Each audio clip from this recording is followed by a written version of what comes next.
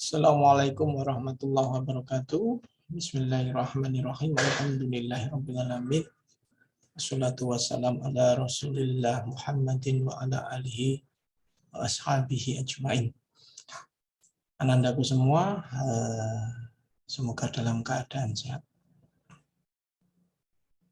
Selalu mensyukuri apa yang Allah berikan.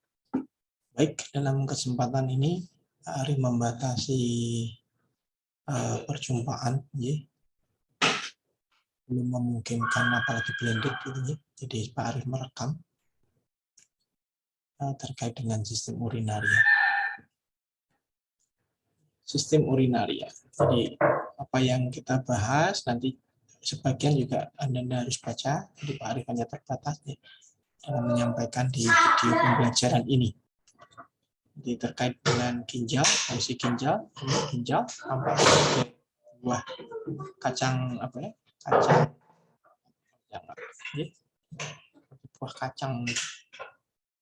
Kemudian anatominya nanti kita lihat sekilas. Proses produksi urin, bagaimana proses produksi urin dibuat melibatkan filtrasi oleh glomerulus, kemudian ada reabsorpsi oleh tubulus, kemudian ada sekresi, pemberian zat-zat jadi pelepasan zat-zat yang tidak digunakan lagi oleh tubuh dalam tubulus, khususnya dari tubulus distalis. Kemudian ada gangguan fungsi ginjal. Pada saat pembukaan kemarin saya menanyakan kira-kira dari urin itu akan menggambarkan apa saja hal yang bisa dipahami, karena ya itulah sebagai produk dari sistem urinaria. Baik, ada ginjal menuju ke kandung kemih ini ada ureter. Di dalam kandung kemih kemudian ada uretra. Ginjal ini terjadi proses filtrasi darah, kemudian menjadi urin primer, dilanjutkan kemudian menjadi urin sekunder, kemudian akhirnya menjadi urin sebenarnya, dipindahkanlah ke dalam kandung kemih. Kandung kemih ini apabila telah terpenuhi dengan air seni, maka dia akan terjadi tekanan pada kandung kemih, menyebabkan kontraksi dinding kandung kemih dan relaksasi dari sphincter internus, maka terjadi buang air seni secara kontrol. Misalnya kalau rileks, kalau adik-adik bisa ngompol, tapi kalau ada dewasa nanti ada yang disebut sphincter externus yang bisa dikendalikan secara sadar, sehingga kita walaupun sudah berkeinginan untuk mixing, tapi kita masih bisa menahan. Sebagai pengertian, maka sistem urinaria adalah suatu sistem untuk mengatur volume dan komposisi kimia darah, di mana terjadinya proses penyaringan plasma darah oleh unit fungsional ginjal, yaitu disebut nefron, sehingga cairan, elektrolit, dan asam basa tubuh berada dalam satu keadaan konstan. Konstan ini penting, teori konsep homeostasis ini. Melalui proses filtrasi, reabsorpsi, sekresi, atau augmentasi berupa solid dan air yang berlebihan dalam tubuh. Sekresi apa? Ya, sesuatu yang berlebihan dalam tubuh. Sudah tidak difungsikan, tidak digunakan. Sehingga fungsi utama ginjal adalah mempertahankan osmolalitas plasma darah, mempertahankan kadar elektrolit plasma, mempertahankan pH, kelebihan H positif, dan membentuk kembali HCO3. Mengekspresikan produk akhir nitrogen, metabolisme protein, terutama urea, asam urat, dan kreatinin. Asam urat berlebihan maka akan terlepas di dalam urin, sehingga kondisi urin akan berbeda-beda, termasuk mengekspresikan zat racun, nafsa yang dimakan manusia, diminum manusia, yang berlebihan dibuang di situ, sehingga deteksi adanya penyalahgunaan nafsa bisa terdeteksi. Kemudian struktur ginjal itu ada kapsul ginjalnya, kemudian ada bagian luar yang disebut korteks, bagian tengah medula dan dalam ini. Kemudian ada pelvis. Ya, di sini ada dengan saluran pengumpul. Dan pengumpul untuk kemudian menuju kepada ureter. Kemudian anatomi ginjal, oke, secara detail nanti ada cortex renalis, ada medulla renalis, medulla, piramid renalis, nanti ada garis-garis itu ya, yang menunjukkan bagian dari nefron, papilla renalis, columna renalis, ductus papillaris, calyx minor, calyx major, pelvis renalis, sinus renalis. Renal piramid, renal medulla, renal piramid. Piramid renalis. Baik, struktur nefron. Nefron merupakan bangunan yang terdiri dari glomerulus, ya, merupakan gulungan kapiler yang dilingkupi oleh kapsul epitel berdinding ganda sebagai yang Anda kenal dengan kapsula Bowman. Ada lapisan visceral, pedicle kaki kecil, filtration slits, pori-pori dari celah, barrier filtrasi glomerular, terdiri dari endotelium kapiler, membran dasar, filtration slits. Kemudian ada lapisan peripheral. Tubulus contortus proximal atau kita sering singkat tubulus proximal, gitu ya. Terdapat sel-sel epitel kuboid. Jadi sel-sel epitelnya adalah kuboid yang kaya akan mikrofilus. Mikrofilus kecil, filus kecil. Tubulus contractus distal ini membentuk segmen terakhir nefron. Sebelumnya di sini ada lengkung of Henle, gitu ya. Nah, di distalis ini terjadinya proses Haber ini nanti menghasilkan urin sesungguhnya. Ya. Tubulus dan ductus pengumpul, ya, ini akan mengalir ke sejumlah tubulus contortus distalis membentuk ductus pengumpul besar yang lurus. Kemudian aparatus juxtaglomerular berdekatan atau dekat dengan glomerulus ginjal. Dan aparatus juxta. Oke.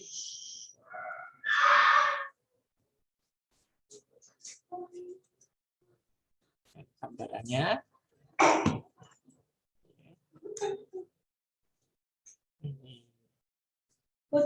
Ini kalau nefron yang ada di kortek itu namanya cortical nefron. Kalau nefron nanti yang ada di dua bagian ini namanya juxta. Ini bagian-bagiannya. Juxta. Nefron yang ada di kortek dan medula ini tipe juxtamedullary nefron. Mungkin gambar yang lebih jelas ada. Oke, itu cukuplah. Nah, ini. Oke. Jadi kalau juxta itu nefron yang ada di sebagian di kortek, sebagian lengkung of Henle-nya itu loop of Henle-nya itu ada di medula. Itu struktur nefron ini. Yeah. Oke, nanti sambil dicermati di PowerPoint-nya. Yeah. Selanjutnya, suplai darah ke ginjal dari mana? Karena kalau dari ventricle sinistem, maka akan keluar ke aorta. Aorta menuju ke arteri renalis, arteri ginjal, segmental arteri, lobal arteri, interlobal arteri, acute, interlobal. Nah, biasanya kalau kita fokus pada nefron, maka sering ditunjukkan adalah ini gulungan glomerulus itu terdiri dari afferent arteriole. Jadi cabang arteri yang sangat lembut, efferent masuk. Yang keluar adalah arteriola efferent. Ini masuk, ini keluar. Nah, disinilah terjadi proses filtrasi menghasilkan urin primer. Urin primer jumlahnya mencapai puluhan liter. Tapi nanti direabsorpsi kembali air dan beberapa zat yang dibutuhkan. juxtamedullary nephron, ya, diperbesar, ini cortical nephron, nephron yang ada di korteks, ya. Vaskularisasi digambarkan dengan diagram. Dari renal artery, segmental artery, interlobular, arcuate, gitu. Kemudian kalau dari efren itu bisa 2 cabang di sini. Ini ke peritubular atau ke vasa recta. Melalui vasa recta untuk menuju ke interlobular vein, arcuate vein, interlobular vein, kemudian renal vein, kembali menuju ke vena cava, menuju ke jantung lagi, ya, kira begitu. Oke, inferior vena cava, bawah, inferior ke vena cava. Baik. Ureter. Ureter adalah saluran fibromuskular atau otot fibrosa, gitu ya, yang mengalirkan urin dari ginjal ke kandung kemih. Sebagian terletak dalam rongga abdomen dan sebagian terletak pada rongga pelvis. Terdiri dari 2 saluran pipa bersambung ke ginjal ke kandung kemih atau vesika urinaria. Lapisan dinding ureter terdiri dari dinding luar, jaringan ikat, jaringan fibrosa. Lapisan tengah, lapisan otot polos. Lapisan sebelah dalam adalah lapisan mukosa. Ini uretra akan mengantarkan ke vesika urinaria, merupakan kantong yang berfungsi untuk menampung urin sementara karena memang harus dibuang. Disusun oleh lapisan otot polos berhubungan dengan uretra, ujung dari pembuangan. Uretra laki-laki berbeda dengan perempuan, ya. Pada dia lebih panjang dari wanita, tadi dari uretra pars prostatica, ya, kelenjar prostat, uretra pars membranosa, dan uretra pars cavernosa. Oke. Lapisan pria terdiri dari lapisan mukosa ini paling dalam dan lapisan submukosa. Pada uretra wanita terdiri dari sebelah luarnya disebut tunica muscularis, lapisan spongiosa, dan lapisan mukosa bagian dalam. Itu sedikit perbedaan, gambaran perbedaan, ya. Kemudian ini arah uretra dari vesika urinaria. Kemudian komposisi air seni urin itu, ya, kalau sudah kemih kira-kira air 95%, larutan 4%. Tentu saja ini larutan yang umum, ya, besar kecilnya tergantung kondisi seorang. Kalau mengalami asam urat yang luar biasa, mungkin asam uratnya juga tinggi, ya. Kalau mungkin kadang ureanya juga makan protein berarti ureanya juga tinggi, ya, amoniaknya tinggi. Kemudian ada pigmen bilirubin dan urobilin. Inilah yang menyebabkan warna urin kita mempunyai warna amber, kekuningan. Atau bahkan kalau tidak karena makanan, maka ketika kita mengalami dehidrasi, ya, air diserap kembali, kemudian urin sangat pekat, maka warna pun kuning tua. Warna kuning tua itu bisa mengindikasikan bahwa sedang mengalami dehidrasi, kekurangan hidrasi air, jadi perlu rehidrasi. Kemudian ada toksin, ada hormon, misalnya ketika seorang istri, seorang wanita hamil, maka dideteksi hormonnya bisa, ya. Atau mungkin tadi sekilas di depan kita bicara tentang penggunaan narkoba, maka ada toksin di dalam urin bisa dideteksi. Gambaran secara umum, produksi urin adalah hasil filtrasi dari glomerulus. Ini adalah merupakan urin primer, wujudnya belum seperti urin kita, ya, itu sampai 150 liter per hari, ya, perkirakan. Kemudian direabsorpsi oleh tubulus. Setelah mulai direabsorpsi, maka dia akan menjadi urin sekunder. Kemudian menjadi urin saat ini ketika kemudian ada proses sekresi atau augmentasi, ya, ketika ditubus menjadi distal, ya. Ada proses fermentasi di tubulus contortus distalis, maka urin sebenarnya itu akan mengandung H, sehingga asam, tapi juga relatif basa bisa tergantung makanan juga mengandung kalium, urobilin, NH4 plus ini tergantung dari makanan. Tapi kalau normal ya kira-kira inilah H, K, urobilin, NH4. Urobilin sekali lagi kaitannya dengan warna urin. Bagaimana ketika kita dehidrasi kemudian menjadi pekat, maka ada proses yang dikendalikan oleh pusat pengaturan osmoregulasi. Hipotalamus menghasilkan hormon ADH, antidiuretik hormon. Adanya ADH ini akan meningkatkan penyerapan air. Kurang ADH berarti kebalikannya akan menyebabkan sedikitnya penyerapan air. Oke, ketika terjadi penyerapan air tersebut untuk apa? Kaitannya dengan ketika pusat pengaturan osmoregulasi mendeteksi adanya kadar cairan tubuh itu kurang, jadi mengalami dehidrasi.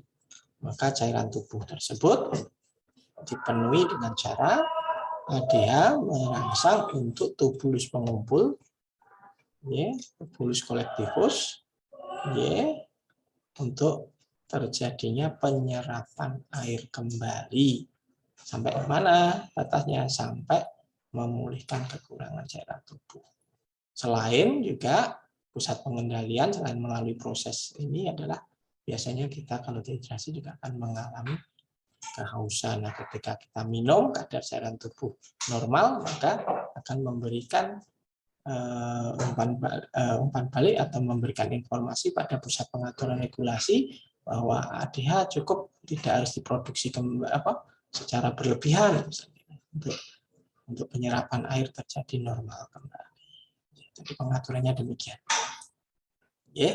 Kemudian miksturisi adalah peristiwa itu lepasnya urin sesungguhnya dari ureter ke kandung kemih, mengalir melalui ureter ke kandung kemih. Ini miksturisi.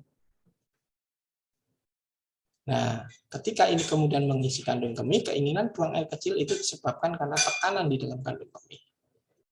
Merupakan gerak refleks yang dapat nanti namanya miksi. Nah, miksi ini merupakan gerak bisa gerak refleks, namun dapat dikendalikan. Kecuali kalau kita dalam posisi tidur dan masih kanak-kanak, itu biasanya kesadarannya kurang, gitu ya, terus ngompol, gitu ya.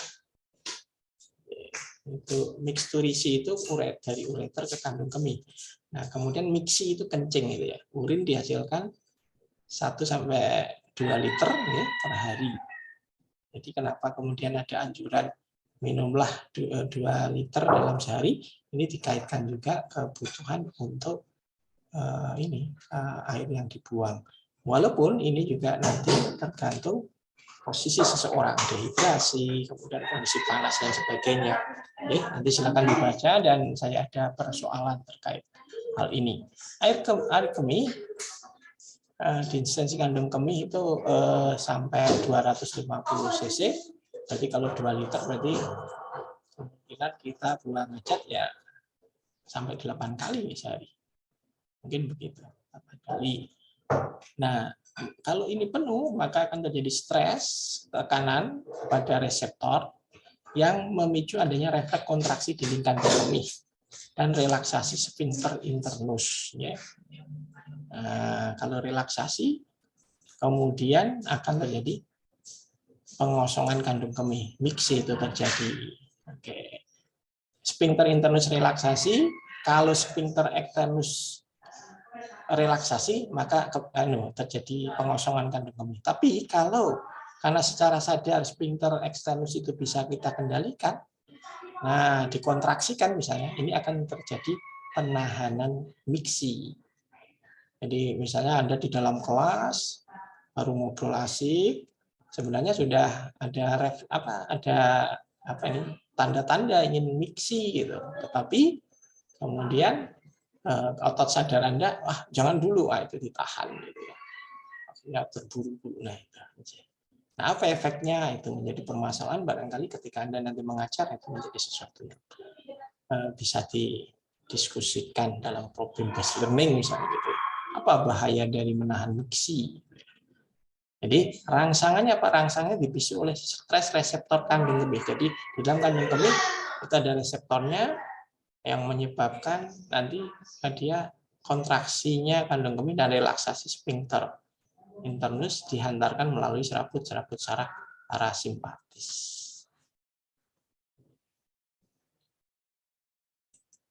Karakter urin normal, ini urin normal, warna kuning dan seterusnya. Nah ini urobilin, hasil pemecahan hemoglobin. Urin pekat berwarna gelap, diet, pengaruh pada batu. Oke, kalau ada batu ginjal bahkan kadang ada ikutan darah. Turbiditas transparan, urin baru, berkabut. Jika dibiarkan berkabut itu juga ada kaitannya nih. Hal-hal yang perlu diperhatikan. Kemudian aroma ringan baru apabila dibiarkan nanti akan apa? Amonia, pesing gitu ya. Ada zat-zat lain yang bisa terikutkan karena proses diet. Bau buah akan menunjukkan bau buah atau badan keton, zat keton. Ini terjadi pada diabetes mellitus. pH sarnam, dia tinggi protein akan menjadi lebih asam, dia tinggi sayuran akan basah. Berat jenis bisa saja meningkat, tergantung apa yang ini adalah gambaran batu ginjal yang bisa disebabkan oleh banyak hal. Setidaknya dideteksi ada 3 penyebab. 3 tipe batu, mohon maaf, 3 tipe batu. Salah satunya adalah karena sering menahan urin dan kurang minum. Kira-kira begitu, diabetes mellitus, urinnya mengandung glukosa. Benar nggak? Siapa yang ngicipin? Semut sajalah yang ngicipin. Kemudian diabetes insipidus, ini terkait dengan hormon ADH, kekurangan hormon ADH. Jadi terjadi buangan air yang banyak dan mudah haus akhirnya. Terima kasih rekan-rekanku semua. Jangan lupa untuk